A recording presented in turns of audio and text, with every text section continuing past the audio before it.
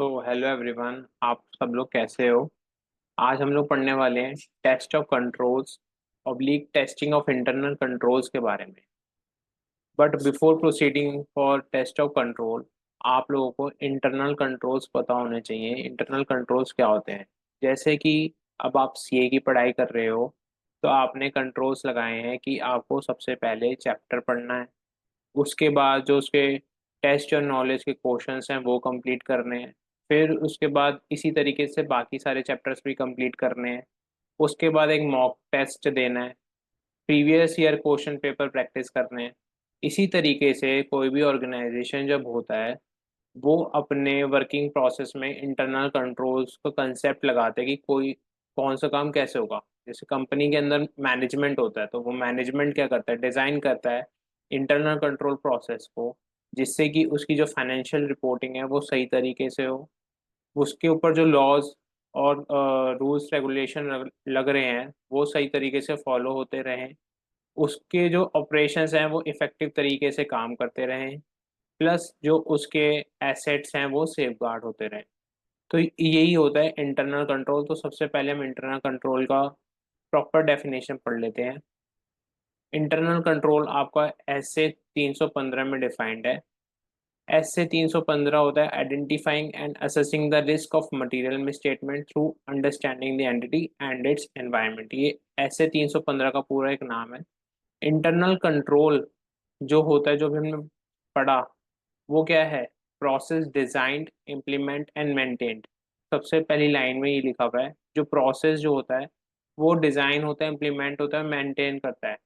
कौन करता है? दोस्त चार्ज विद गवर्नेंस या मैनेजमेंट या अदर पर्सोनल। ठीक है। फिर उसके बाद दे रखा है to provide reasonable assurance with regard, जिससे कि वो रीजनेबल एश्योरेंस दे सकें। किस लिए? कि रिलायबिलिटी से आपकी जो फाइनेंशियल रिपोर्टिंग में जो रिपोर्टिंग हो रही है वो रिलायबल हो, effectiveness and efficiency of operations हो, सेफगार्डिंग ऑफ एसेट्स हो, और comply with laws and regulations. फिर नेक्स्ट चलते हैं अब हम लोग test of control. Test of control is a part of auditor का काम है ये। ऑडिटर चेक करता है। ऑडिटर क्या करेगा? ऑडिट प्रोसीजर्स लगाएगा, इस तरीके से इवेल्यूशन करने की कोशिश करेगा कि वो ये चीज़ पता लगा सके कि जो मैनेजमेंट के कंट्रोल्स हैं वो प्रिवेंट डिटेक्ट कर पा रहे हैं कंपनी के अंदर कोई मटेरियल मिसस्टेटमेंट जो हो। तो ऑडिट क्या करेगा? ऑडिटर क्या करेगा? ऑडिट प्रोसीजर को क्या करेगा? डिजाइन टू इवेल्युएट करेगा the operating effectiveness of controls. उसकी इफेक्टिवनेस देखेगा कंट्रोल की, कि वो प्रिवेंट डिटेक्ट और करेक्ट कर पा रहे हैं मटेरियल मिसस्टेटमेंट। ठीक है।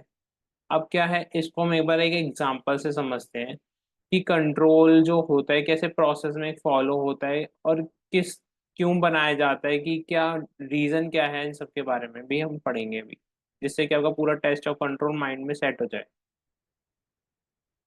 सपोज करो एक मैन्युफैक्चरिंग कंपनी है कार, वो कार की मैन्युफैक्चरिंग कर रही है। सो मैन्युफैक्चरिंग डिवीजन से एक पर्सन है, वो देखता है कि हाँ कार बन तो चुकी है, बट टायर्स जो लगाने हैं वो उसके पास मैन्युफैक्चरिंग डिवीजन के अंदर खत्म हो गए।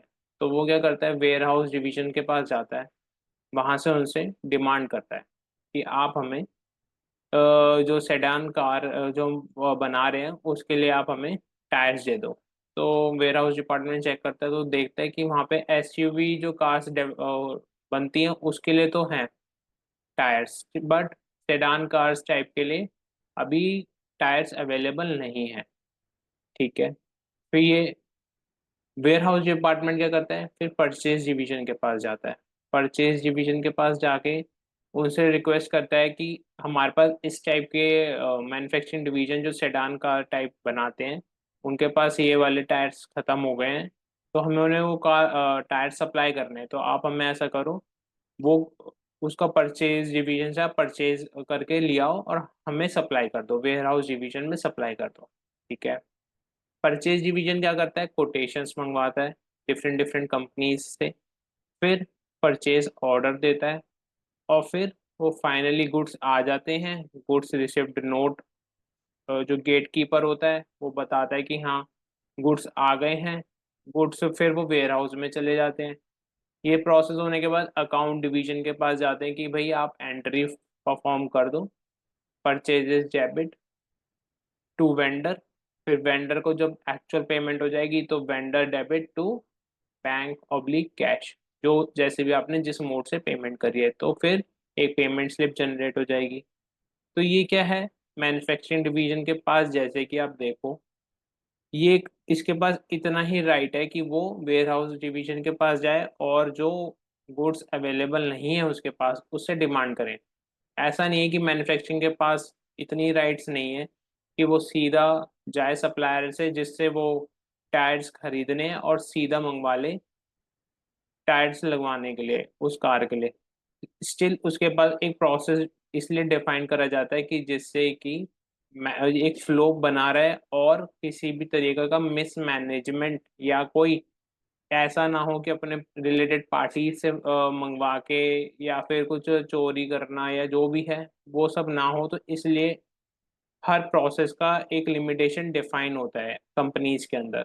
ऐसी वेयर हाउस डिवीजन के पास although purchase requisition note raise करेगा, लेकिन वो परचेज नहीं कर सकता, परचेज डिवीजन रेज करेगा। वो क्या करेगा, उसका काम है कि कोटेशंस मंगवाना, बेस्ट क्वालिटी का प्रोडक्ट चीपर प्राइस में अवेलेबल कराना कंपनी को। साथ ही साथ वो परचेज ऑर्डर फिर जनरेट करेगा, उस कंपनी को जनरेट करेगा जो उसे अच्छे क्वालिटी का मटेरियल दे रही होगी लेस प्राइस पर। फिर वो गुड्स रिसीव्ड हो जाएंगी। फिर उसके बाद अकाउंट डिवीजन का काम है कि एंट्री को नोट करना, मतलब फाइनेंशियल रिपोर्टिंग करना। फिर पेमेंट्स, फिर पेमेंट डिपार्टमेंट चेक कर लेगा कि हाँ परचेज रिक्विजिशन भी है, सारी चीज़ें सब जो डॉक्यूमेंट्स हैं लग चुके हैं, तो अब आप इसे पेमेंट कर सकते हो। ठीक है। तो टेस्ट ऑफ कंट्रोल में क्या इंक्लूड क्या होता है, ऑब्जर्वेशंस, इंक्वायरीज एंड ऑब्जर्वेशन।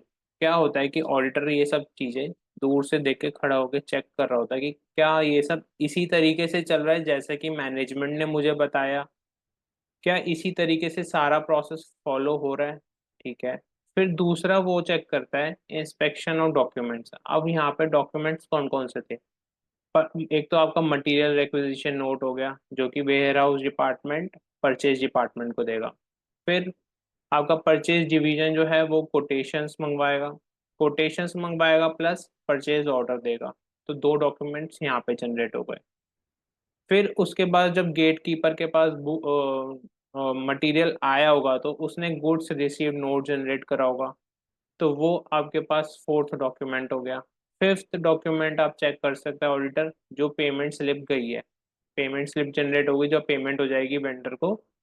तो वो ऐसे करके पांच डॉक्यूमेंट्स इस वाले प्रोसेस में चेक कर सकता है। पहले तो उसने ऑब्जर्व करके देख लिया कि हाँ इस तरीके से ही चल रहा है, हाँ ठीक है। फिर उन्हें डॉक्यूमेंट्स चेक कर लिए। थर्ड, वो इस चीज़ों को रीपरफॉर्म करेगा कि देखेगा कि सब कुछ इस तरीके से ही होता है। वो खुद एक बार अपने हाथ से करके देखेगा कि हाँ अच्छा, परचेज ऑर्डर बना के देखेगा कि वो फिर क्या उसका फिर प्रोसेस कैसे होता है। मटेरियल रिक्विजिशन नोट बना के देखेगा। ठीक है। ये सब चीज़ों को वो कहाँ चेक करता है, कंप्यूटराइज टेक्नोलॉजी में चेक करेगा। तो वो ये सब चीज़ों को प्रोसेस जो है वो सॉफ्टवेयर के थ्रू की सब कुछ अलाइंड है उन। जैसे आप देखना ऑर्गेनाइजेशंस में जब आप जाओगे तो वहाँ पे एसएपी होगा, बड़े बड़े ऑर्गेनाइजेशन में एसएपी वर्क करता है। तो वहाँ पे जो एक्सेस होते हैं वो डिपार्टमेंट वाइज बड़े बटे हुए होते हैं कि इस डिपार्टमेंट के पास इतने ही राइट्स हैं कि वो इस वाले टी कोड को एंटर करके जो डेटा है उतना ही एक्सट्रैक्ट कर सकता है और उतना ही उस पर काम कर सकता है। नेक्स्ट अकाउंटिंग डिपार्टमेंट के पास ही होना चाहिए कि जब वो एंट्री पोस्ट करेगा तो एंट्री पोस्ट करने के राइट्स सिर्फ और सिर्फ अकाउंट डिवीजन के पास है, तो वो इस फ्लो को पूरा चेक करेगा। तो मुझे ऐसा लगता है कि ये वीडियो में आपको टेस्ट ऑफ कंट्रोल प्रॉपरली समझ में आ गया होगा। तो ऐसी कंटिन्यूस वीडियोस के लिए या आपको मेरे इस चैनल को लाइक करना है, सब्सक्राइब करना है और अपने फ्रेंड्स के साथ भी ज़रूर शेयर कर देना।